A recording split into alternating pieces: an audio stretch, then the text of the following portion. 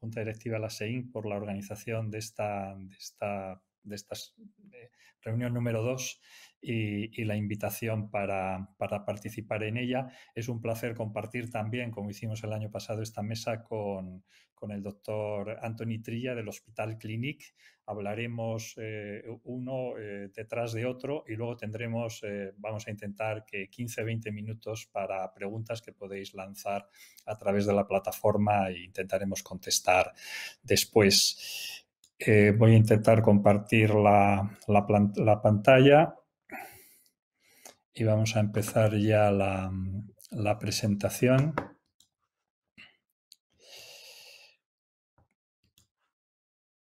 Yo creo que se ve, ¿no?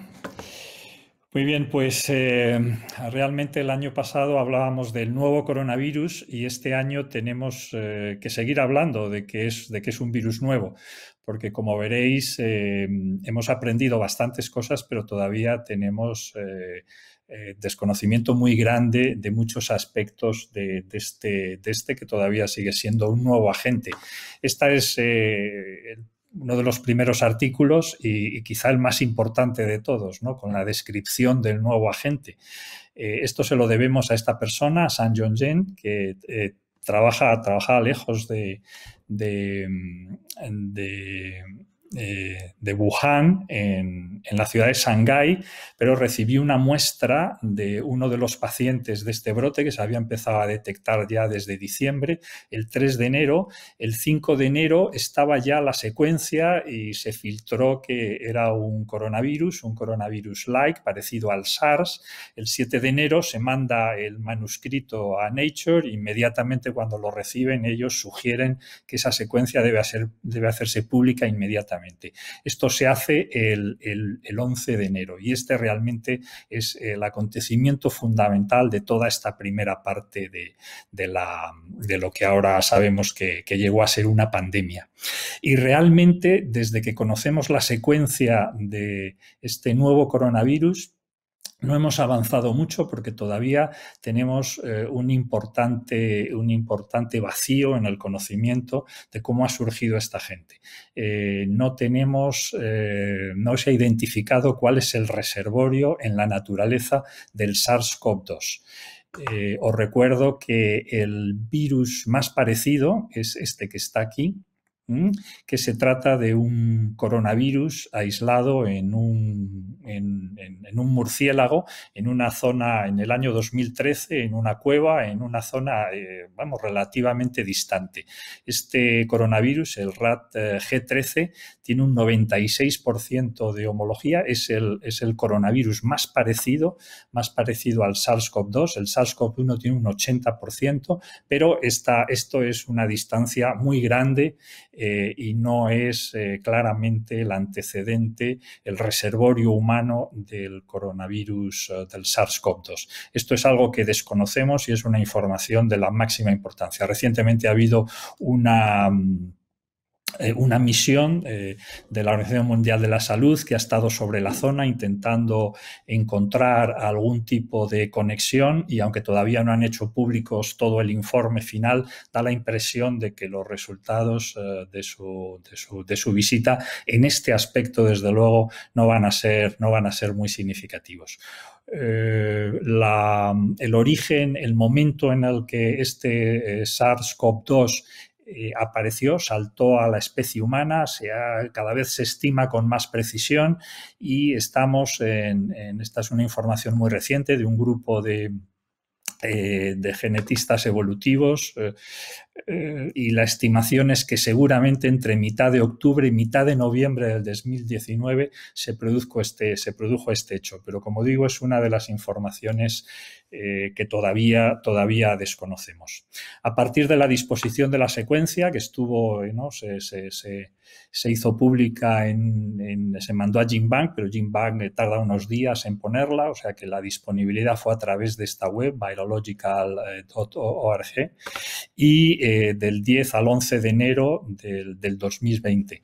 En ese momento, esta persona, Bernie Graham, un investigador de vacunas del Centro de Investigación de Vacunas del NIH, vio la secuencia, él ya tenía información de que iba a estar inmediatamente disponible, y esto es para darnos una idea de hasta qué punto ya en algunas instancias se entendía la importancia que esto podía tener.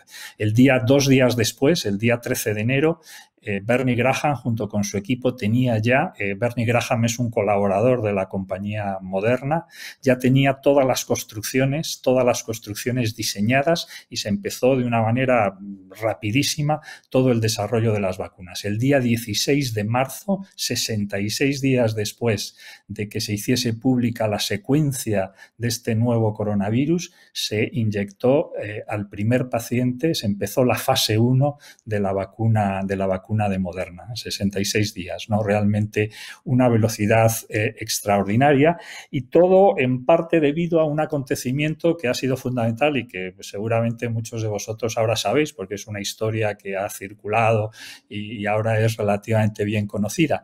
Esta persona es Jason McClellan, es un colaborador de Bernie Graham, y conjuntamente habían visto la manera de estabilizar, esta es la proteína spike, la proteína que media la entrada de los coronavirus en la célula, y habían estado trabajando con diversos coronavirus, con el SARS del 2002-2003, con el MERS, con el HK1, y habían estado viendo la manera de estabilizar la forma prefusión, de tal manera que no se produjese esta desconfiguración que es tan frecuente en estas proteínas de los virus envueltos. Y todo hicieron muchísimos cambios, obviamente, para llegar a esta precisión. Estas dos prolinas es lo que estabiliza completamente la proteína. Esto es lo que estuvo diseñado en esos 2 días, del 10, del 11 al 13 de enero, y ha sido absolutamente clave. La vacuna de Moderna, la vacuna de Pfizer, la vacuna de Janssen, la vacuna de Novavax, todas expresan esta proteína spike estabilizada mediante la misma tecnología que utilizaron en estas investigaciones previas. Este es el artículo original del año 2017. Llamativamente, la vacuna de Oxford, AstraZeneca, no incluye la proteína nativa, con lo cual podemos pensar que parte de la expresión de la proteína puede estar en esta forma, que mantiene ciertos epitopos, pero realmente esta es la que representa la que está en el virión. Y esto ha sido completamente clave para el desarrollo de las vacunas. El propio grupo de Jason McClellan enseguida resolvió la estructura de la glicoproteína, de la glicoproteína spike del nuevo coronavirus, realmente también en 2 semanas, porque tenían ya muchísimo trabajo hecho. Se vio que el receptor era la molécula AC2, igual que el SARS-1, y a partir de ahí pues comenzaron toda una serie de iniciativas de investigación. Pero para daros idea de hasta qué punto estamos aprendiendo, esto representa uno de los mayores fiascos en el campo del tratamiento. En ese momento se pensaba que el SARS entraba por la vía endocítica después de interaccionar con el receptor AC2, de tal manera que la hidroxicloroquina altera el pH de las vesículas endocíticas e impide que la catepsina produzca este corte aquí en la proteína spike. Es absolutamente clave para que el péptido de fusión interaccione con la célula. Como sabéis, esto fue un completo fracaso, porque hemos aprendido que el SARS-CoV-2 puede entrar también de forma directa, fusionarse directamente con la membrana de la célula, porque hay otra proteasa, en este caso TMPRSS, que está en la superficie de muchas células o característicamente en las células respiratorias. O sea que seguramente esta es la vía que hace un bypass completo a la acción de la hidroxicloroquina, cuya historia es de todos bien conocida. Una vez identificado el receptor AC2, se hicieron estudios detallados de cuál era la expresión a lo largo de todo el árbol respiratorio. AC2 se expresa en grandes cantidades, sobre todo en las células ciliadas del epitelio respiratorio, de las fosas nasales. A partir de ahí hay un gradiente negativo, pero en el alveolo, es esta célula, la célula alveolar tipo 2, la que expresa gran cantidad de AC2 y es una de las dianas de la infección por el SARS-CoV-2. Esto es relativamente complejo y todavía es otro de los aspectos que no está bien conocido. ¿Cómo se produce realmente esa fase de infección y sobre todo ese componente inflamatorio que puede llegar a cuadros tan severos y la muerte en esa interfase, en el alveolo entre la atmósfera y la sangre? Y seguramente la célula alveolar de tipo 2 se infecta, pero se piensa que el macrófago alveolar tiene también muchísima importancia. Esto es un estudio reciente en el que han secuenciado célula a célula, realmente un trabajo extraordinario, y han demostrado que son los macrófagos los que, una vez infectados o por lo menos internalizado el virus, secretan citoquinas inflamatorias que atraen a los linfocitos T, que a su vez producen interferón gamma, y todo esto resulta en un circuito completamente nefasto, ¿no?, de activación, y es seguramente el macrófago el que puede, como un caballo de Troya, a través de esos poros que comunican los alveolos, pasar de unos alveolos a otros y resultar en esta diseminación parcheada, muchas veces periférica, de la afectación pulmonar del SARS-CoV-2.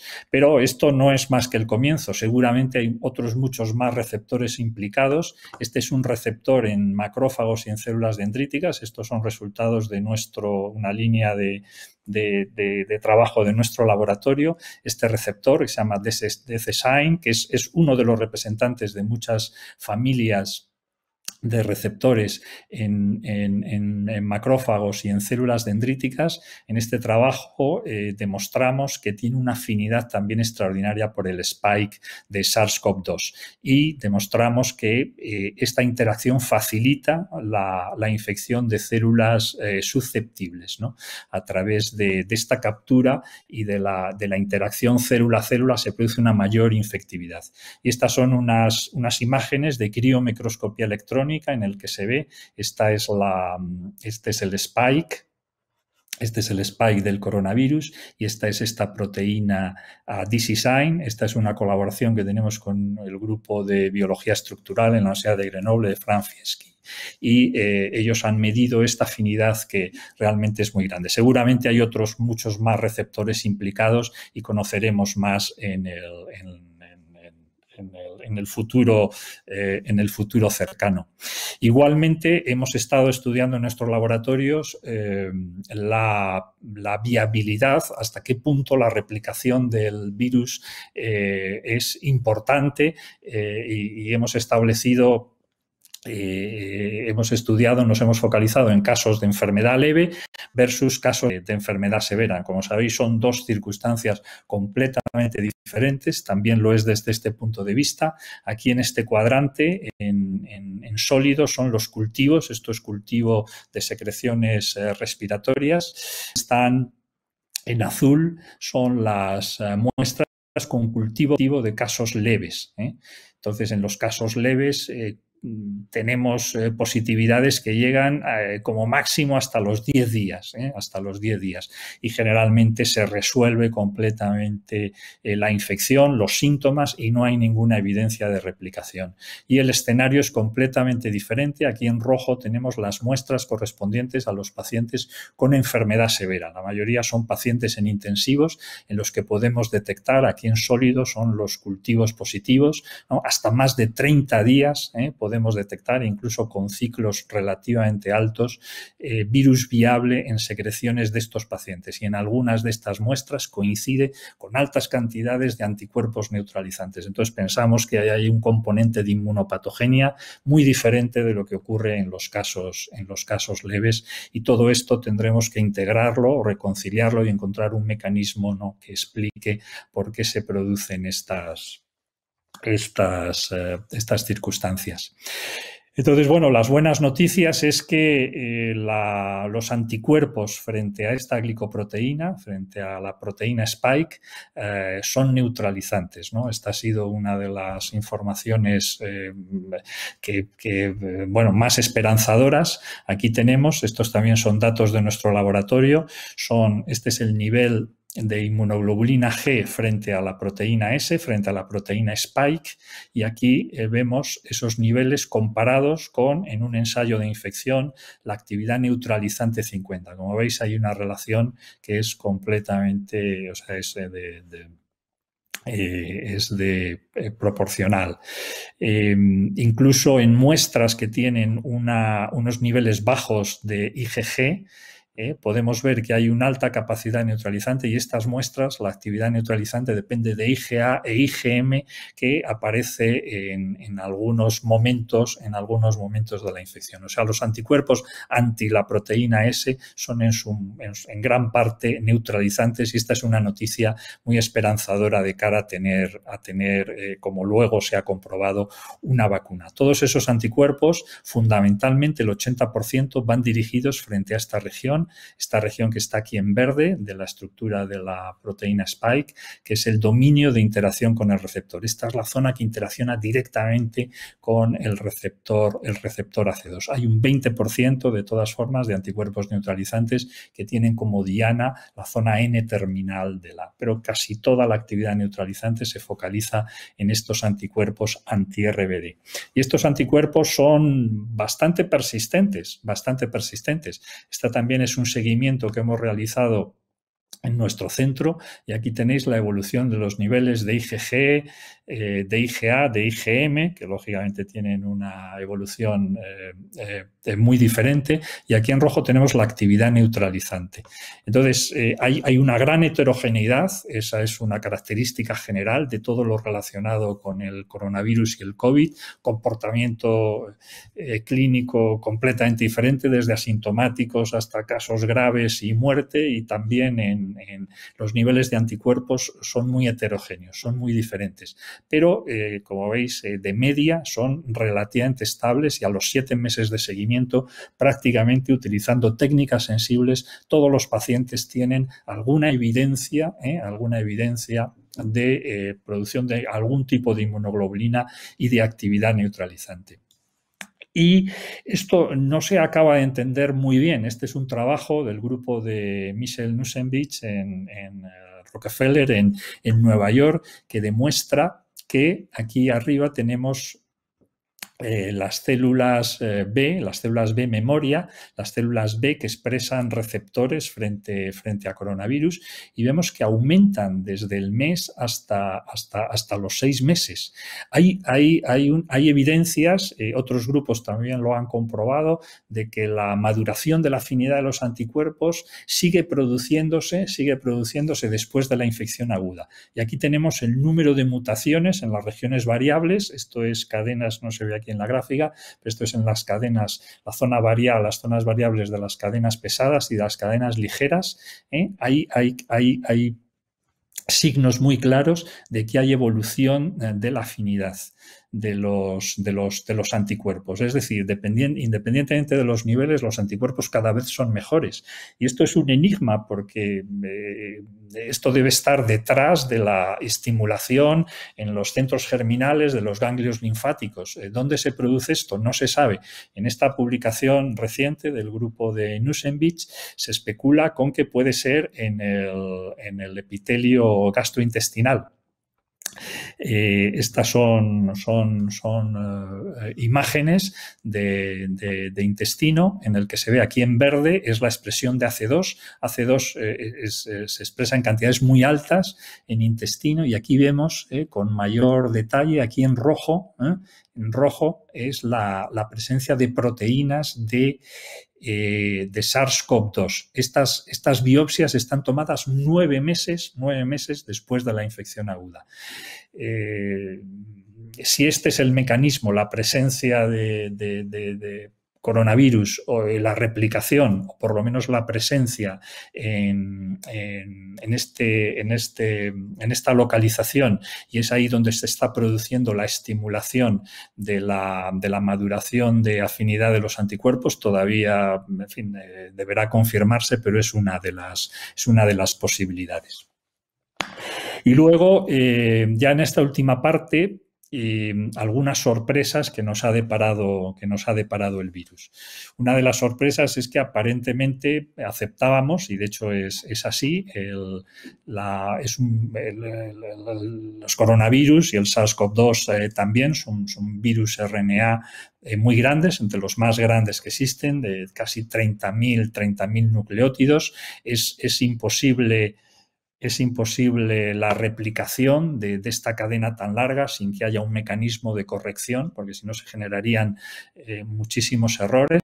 Entonces, la RNA polimerasa tiene una ayuda, tiene una proteína que va corrigiendo alguno de los misincorporaciones que se van produciendo, y tiene una tasa de mutación entre 2 y 3 órdenes de magnitud menor que al virus RNA a los que estamos habituados, por ejemplo, HIV o hepatitis C. Aún así, en el contexto de la infección de millones de personas y la transmisión interhumana no tan extraordinaria que ha habido, han aparecido algunos cambios que han sido muy significativos. El primero, prácticamente no nos enteramos, fue en la primavera del 2020 y fue en la proteína Spike en una posición aparentemente inocente, la posición 614G. Esta es la zona arriba que interacciona con el receptor. Entonces, esta mutación realmente ha dominado la transmisión durante todo este tiempo y se ha hecho completamente dominante. El virus de Wuhan ha desaparecido ya y ahora todas las secuencias tienen esta mutación, que es una mutación de 614G, y se ha demostrado completamente en modelos animales que tiene una ventaja para la transmisibilidad que seguramente ha tenido un impacto en toda la extensión de la epidemia. En fin, no me voy a detener demasiado por qué se produce esto. La zona RBD puede estar en posición arriba o abajo y ese cambio en la posición 614 hace que los RBD estén en esta posición up, de tal manera que la interacción con el receptor es mucho mayor y se piensa que este es el mecanismo. Aún así, no hay ninguna diferencia en cuanto al escape a la acción neutralizante, y esto es importante. Y ya para finalizar, porque esto ya se va a tratar en las mesas siguientes, han aparecido algunas variantes que sí suponen un cambio muy significativo, además de la 614G. Han aparecido en el Reino Unido y luego en 2 zonas con tasas de ataque muy altas, en Brasil y en Sudáfrica. Y estas variantes fundamentalmente tienen cambios en esta región del RBD. La primera que se describió, aunque todas han sido casi simultáneas, fue este cambio en la posición 501 del RBD. Luego se describieron casi conjuntamente la variante de Sudáfrica y de Brasil, que acumula 3 mutaciones, sobre todo esta, la 484K, que se piensa, hay evidencias de que es la que conlleva una mayor pérdida en la capacidad de neutralización de un grupo de anticuerpos muy importantes. Luego ya se ha descrito, asociada a la variante británica 501, también la asociación 484, y también hay otra variante en Nueva York que solo expresa la 484, y algunas otras que seguramente están apareciendo y conocéis, que están continuamente comunicándose. Todo esto realmente puede tener una trascendencia que se está evaluando. Esta es la pérdida de actividad neutralizante en vacunados con la vacuna de Oxford, AstraZeneca, en vacunados frente a la variante sudafricana, que se conoce también, hay una confusión, como sabéis, con la nomenclatura, se conoce como B1351. Y no me voy a detener mucho, pero sabéis que el estudio fase 3 de la vacuna de AstraZeneca en Sudáfrica, ante una situación en la que el 90% de las infecciones son con esta variante, ¿no? Realmente ha producido una eficacia de la vacuna tan limitada que se ha decidido interrumpir su administración. Incluso in vitro se han seleccionado por 2 grupos diferentes estas mismas mutaciones, forzando mediante exposición a anticuerpos in vitro, la aparición de mutaciones, han aparecido estas mismas, ¿no?, que se han visto en algunos pacientes. Esto es ese concepto que ahora también se ha hecho relativamente popular de evolución convergente, es decir, en diferentes situaciones se producen los mismos cambios, que también se conoce como homoplasia. Y hay una discusión de si realmente vamos a asistir a mayores cambios en el futuro relacionados con el escape a los anticuerpos neutralizantes, o ya el SARS-CoV-2 ha llegado a su límite y todas estas mutaciones que se han identificado seguramente marquen el máximo de lo que pueda aparecer. Esto tiene unas consecuencias, como os podéis imaginar, muy importantes para la actualización de las nuevas vacunas. Entonces, lo vamos a dejar aquí. Solamente agradecer a muchas personas. Aquí solo hay unas pocas de todas las que, como me imagino que también en vuestros centros, han colaborado en todo este trabajo y en algunos de los artículos y de las líneas que os he presentado brevemente.